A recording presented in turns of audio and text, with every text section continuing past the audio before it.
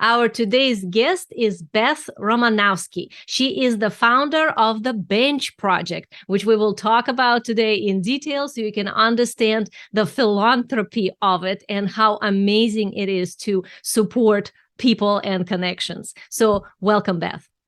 Thank you, Eugenia. It's always a pleasure to be here with women. And I love talking with women because it always seems like I discover that we're far more similar than we are different. Oh, that is so true. So let's start by kind of diving into, okay, what is the Bench Project like? How did you start this idea? So back in 2013, my husband and I were married 20 years, and we originally had gotten married in Hawaii. So we always said, oh, when we're married 20 years, we're going to go back. Well, he was working so hard at that point, so many hours. The kids were in college. We couldn't get away and literally couldn't get out of our own way, which I think a lot of people deal with that. You know, instead of making choices that are really good for you, you make choices just because of the time you have. So I didn't let that stop me. We live on a farm in northeastern Pennsylvania, 110 acres, and we have a 3-mile walking path around the farm. We would walk frequently. And so many times when we'd walk, I would say, this would be a great place for a bench, whether it was at the top of the hill or overlooking the farm, maybe down by the pond, where it's just so peaceful and serene. So I decided to put 20 benches out, one for every year we were married. And I'm very conscious of the environment. So, I looked around for benches that needed a new home at some yard sales, garage sales. People gave me benches. I did buy some new ones, but we placed them all with great intention. And once we placed them, I realized, this just wasn't going to be enough. I really wanted this idea to outlive me for my children, for my children's children. So I placed a journal and a pen in a weatherproof bag on each bench. And I had just recently gotten started into journaling. So I knew the benefit of it for me. And I thought, this would benefit anyone else that's walking on this trail. So I sat down on each bench, told our story of why I did this, why I chose this specific location. And then I wrote how I felt, giving permission for anyone that sat to do the same. So whether you're writing something beautiful and inspiring or something heavy that you need to stop carrying, either way, it felt good to leave it at the bench. So for probably almost 5 years, I did a lot of the writing. My kids, the neighbors, we live in the country out here, so neighbors cross over and walk on the land too. But it was really very private. And then in 2018, we really had a really hard year as a family. My husband got sick. We lost a granddaughter. Things just seemed to happen one after another. And I found myself in a really, really hard space. And I can't believe that the benches that I placed 5 years early were literally my refuge. They were what saved me. Like I went outside every day, sat on the bench, sometimes just sat to just be part of nature, to listen to God, the universe directing me what to do. But I received so much healing from writing, from reading where I had been. I'd sit down and I'd open the journal and I'd read from weeks before and think, wow, I've come a long way. So I got so much from that experience that I realized during COVID, how things were. There was isolation everywhere. We were disconnected. Depression, anxiety, suicide were on such a rise that I realized here I have this idea and I have honestly like a little slice of heaven here that I think I need to share this with the world. So that's when we decided to let it leave the farm and join the world in the collective. So what we decided to do was we made bags, which is a weatherproof bag. And each bag had a journal and a pen and some colored pencils in it. But that really wasn't enough, because once you have a bench out in public that just anyone can sit at, sometimes somebody leaves the bag open or someone might take the bag. So we decided to make this metal bench tag with a unique QR code. So this is a virtual journal that can be attached to any bench anywhere, whether it's a bench project bench or an existing bench. And it makes it a community space that anyone that sits there can scan the code, open up the journal, and read what other people have written that sat on that very same bench. And then add something themselves if they'd like. They could add a picture, a video, or anything like that. Because I believe that we're stronger when we're together. And just the fact that, there was so much disconnection, and now that COVID is actually, not in our face every moment of every day, we can all see that that's really what we need. So that's how it actually started. Wow, that's a great explanation. And I love the personal story part of this. So what do you find is the biggest transformation that people have by having that experience? Because it definitely kind of creates this unhurried way, right? Like it slows them down. So Yes. how would you describe, like, what do they get from being in the journey of sitting down, tuning in, writing something out, and especially the part I like very much with the access to the internet. So then that becomes like a community global versus community that's right there, literally. Yeah. I would probably say just the connectedness and realizing, again, like I said in the beginning, we're all so much more similar than we are different. And I think the other thing that people realize is that they can be vulnerable, and being vulnerable is really a sign of courage. It's not fear. And when they can read what someone else has written and then think, wow, you know what? I'm carrying something pretty heavy here. I'm going to leave it. And it's so inspiring, because many times one entry moves right into the next entry from the next day, because you can tell by every entry that everyone that sat there read right from the beginning. We actually had in Charleston, South Carolina, at Hampton Park, we have a bench, and we've had a physical bag and a journal there for over 2 years now, but we also have a tag. But the bag and the journal have stayed for a really long time. I've actually had to replace that journal 3 times because it was full. But a few months back, someone took the journal out, and someone came along. His name was Larry, and he left a blank journal in there, just a small one. But he wrote in it, I was here before and the journal was here and it's not now. So I'm leaving this. And I hope this helps. And then from then on, everyone was like, let's live like Larry. Let's do this. It was so inspiring. I was just, people come together when there's kindness and good in the world. So it just, that's always something that's motivated me. So gratitude is something that's close to my heart, and I see it every day. Yeah. And what would you say is the main use of this? Like, do they usually use it to leave something behind, like the heavy, painful thing? Or is it sometimes more like they want to share something, like inspire someone?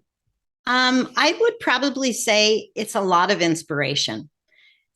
Even if there is something heavy, it's always seems like it's followed with inspiration. And one of the things that I do say when I start the journal, whether it's the virtual journal or the physical journal, I always encourage people to end with gratitude, because there's always something to be grateful for. And that's actually what happens. There's not any anger. Like, I haven't come across entries that are angry. Something sometimes more motivating and positive about someone saying, you know what?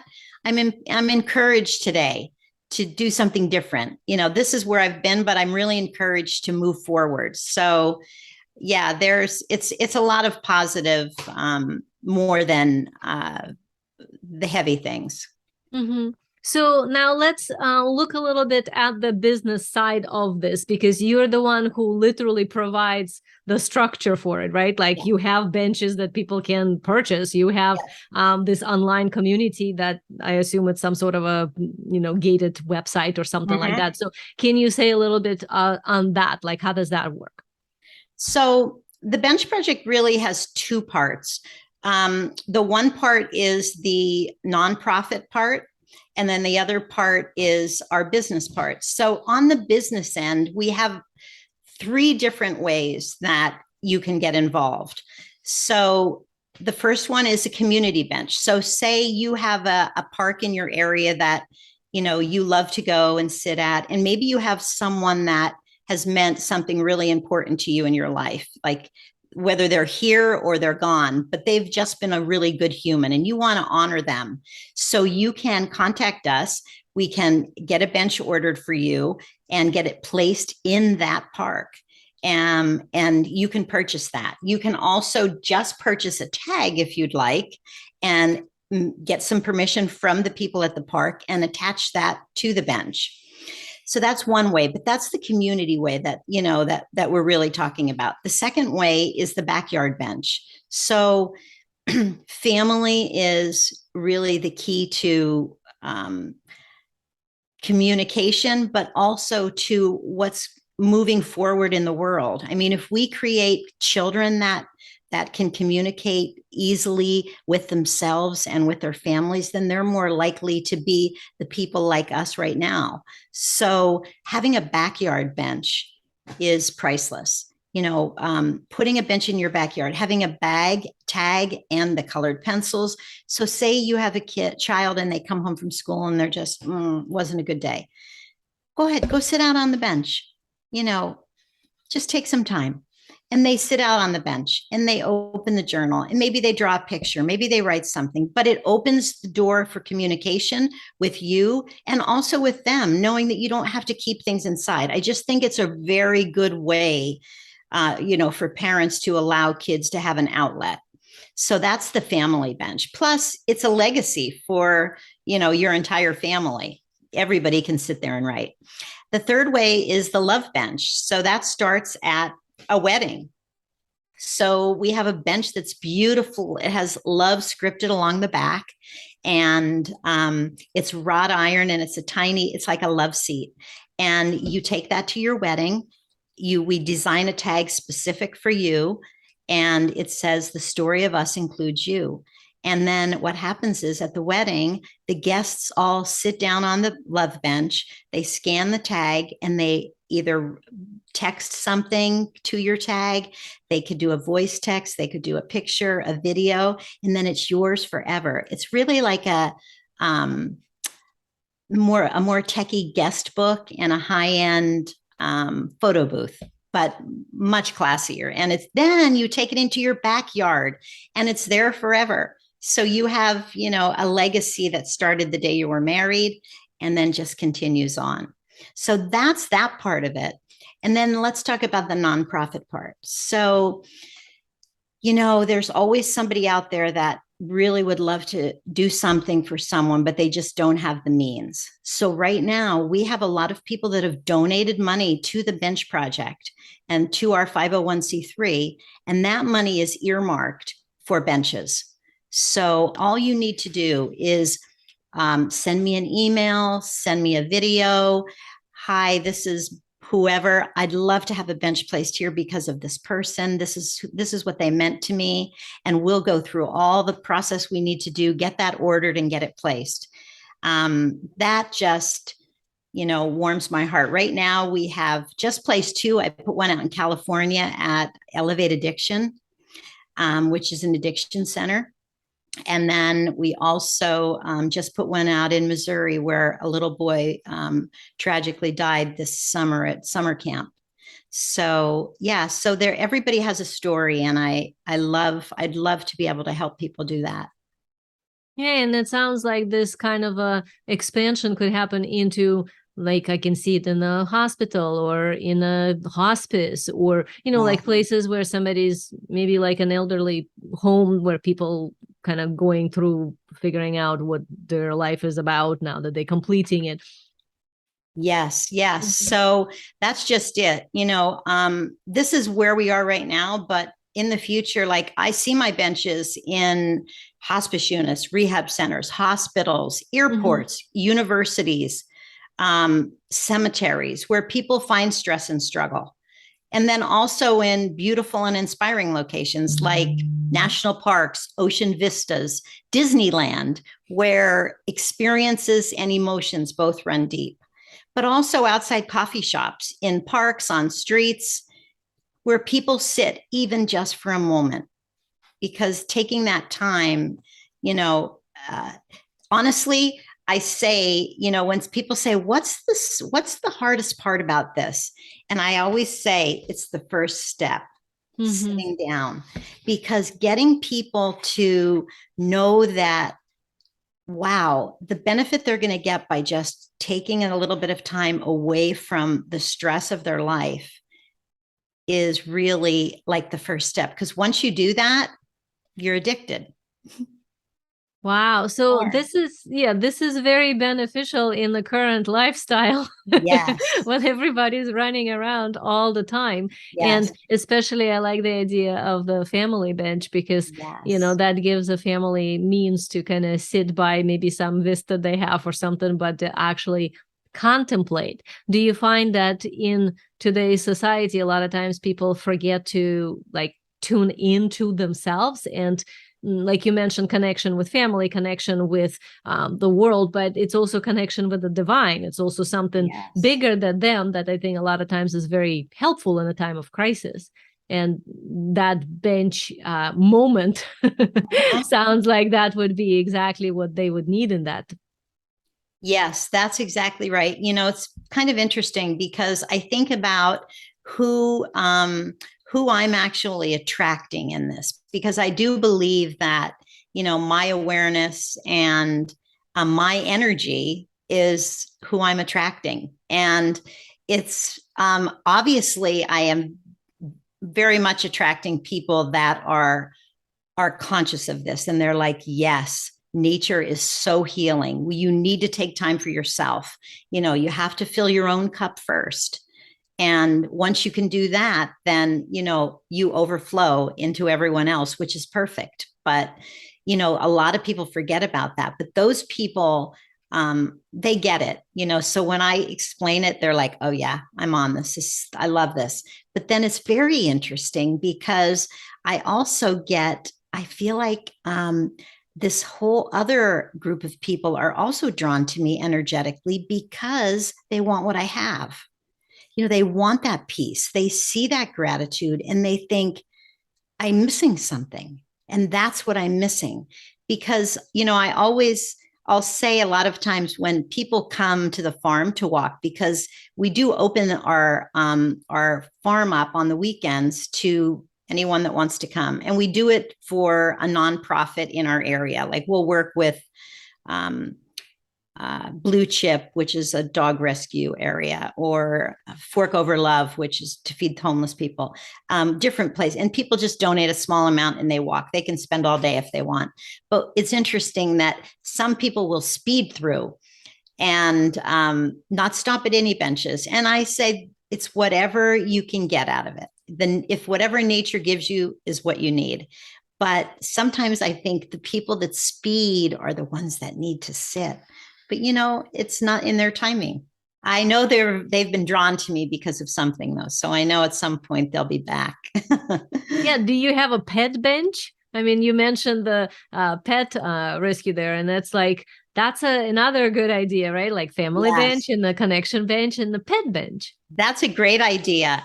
We don't have a pet bench, but we do have people I honestly, probably every other person that comes to walk brings their dog.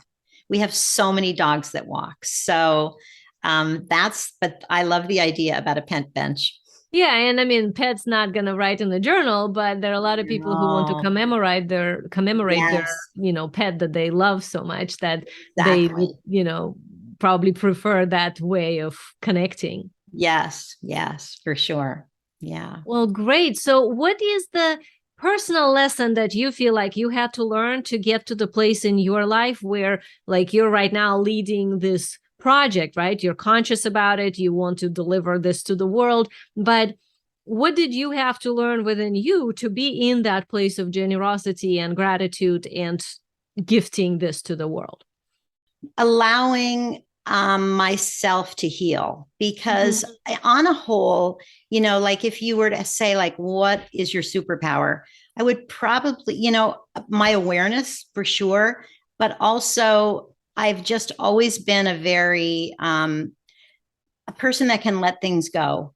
And I'm very forgiving and, everyone gets a lot of chances because everybody makes mistakes. But I think probably my journey had to start when I realized that all applied to me too. Yeah. It's easy to do that for other people and give everyone else grace, but sometimes it's very hard to do that for yourself.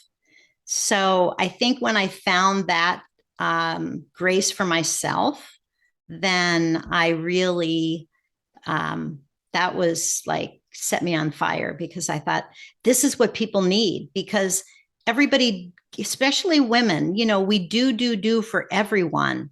And then we're always like, even though it felt good, you're not feeling great at the end because, you do have to fill your own cup.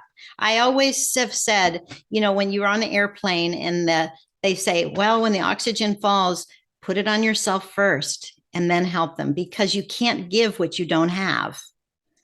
And Exactly. you really need to fill your cup because once you do, oh my gosh, you're a better human. You're a better wife, mother, sister, friend, whatever. And, but I think I had to learn to fill my own cup first. Yeah. And that actually leads us nicely into the mission that you have here. So this is about conscious coaches on a mission. So Mhm. how would you word or explain what is your mission? Like why you do this? Because this is not always easy. This is a lot of work to support this. So why do you do this? What's your mission? Well, the mission with the Bench Project in general is to inspire and nurture the human spirit by creating a connection through a shared experience, one bench at a time. So I do it because I just know that there are so many people out there that need what I have and what I can share.